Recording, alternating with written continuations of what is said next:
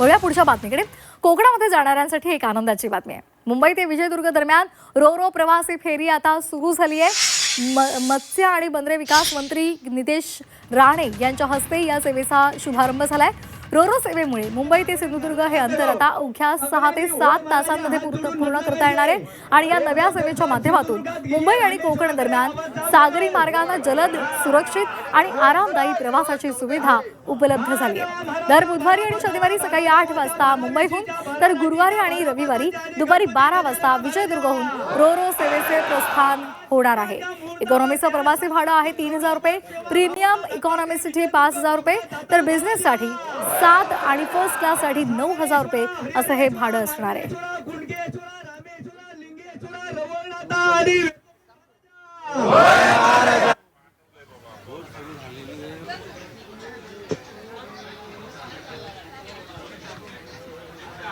तर तिथला आढावा घेतला आमच्या प्रतिनिधींनी, पाहूयात।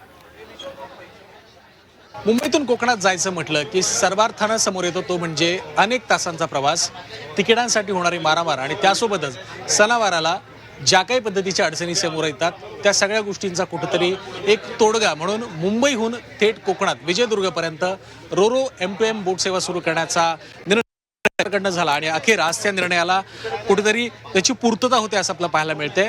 आपण सध्या त्याच बोटीमध्ये आहोत ज्या बोटीतून आणि मुंबईतील नोकरदार वर्ग हा पूर्णपणे कोकणात जाणार आहे। दर तर हे निश्चितच ॲज पर मिडल क्लासच्या लेवलने जास्तच आहेत।